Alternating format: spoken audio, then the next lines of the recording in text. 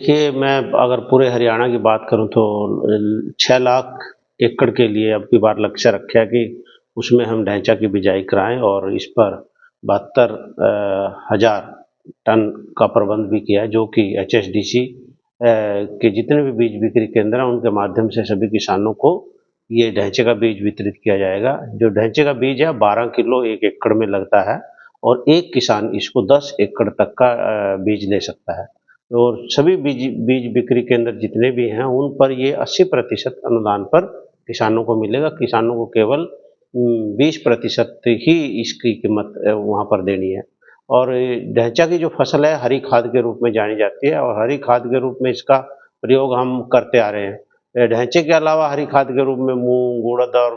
मूँगबीन बहुत सी और अन्य भी फसलें हैं, क्योंकि जितनी भी ये दलहनी फसलें हैं, इनकी जड़ों में गांठें होती हैं, जिसको हम नोड्यूल्स बोलते हैं। वो आसमान से जितनी भी नाइट्रोजन है उसको खींचकर और नीचे ज़मीन में फिक्स करने का काम करती है, ताकि ज़मीन में नाइट्रोजन की जो पूर्ति है लगातार बनी रहे और सूक्ष्म जीवों की संख्या बढ़े।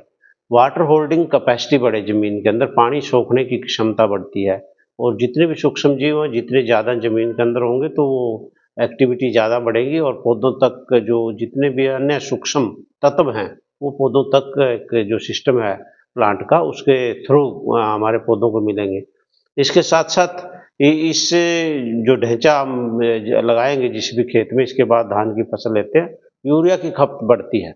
एकदम से और इसमें जो ज़मीन है उसकी जो फर्टिलिटी भी इम्प्रूव होती है, उसकी उत्पादकता में भी वृद्धि होती है। तो मेरा सभी किसान भाइयों से अनुरोध है कि वो यदि कोई इच्छुक किसान इसको लगाना चाहता है, तो अपने जिला के संबंधित हरियाणा बीज विकास निगम के बीज बिक्री केंद्रों से जाकर ये बीज प्राप्त कर सकते हैं। एक किसान 10 एकड़ तक का खरीद सकता है। खरीदते समय वो अपने साथ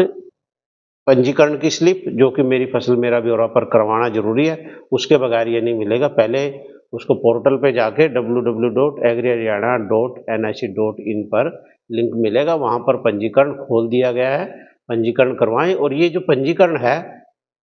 30 मई तक खोला गया है और 10 अप्रैल से ये बीज मिलना शुरू हो जाएगा। पंजीकरण आज से ही खोल दिया है, तो पंजीकरण ज़रूर कराएँ। पंजीकरण की स्लिप, आधार कार्ड की कॉपी या वोटर आईडी की कॉपी या उसके पास कोई भी प्रूफ है कि मैं इस गाँव का रहने वाला हूँ, वो दोनों लेके बीज बिक्री केंद्र के जो भी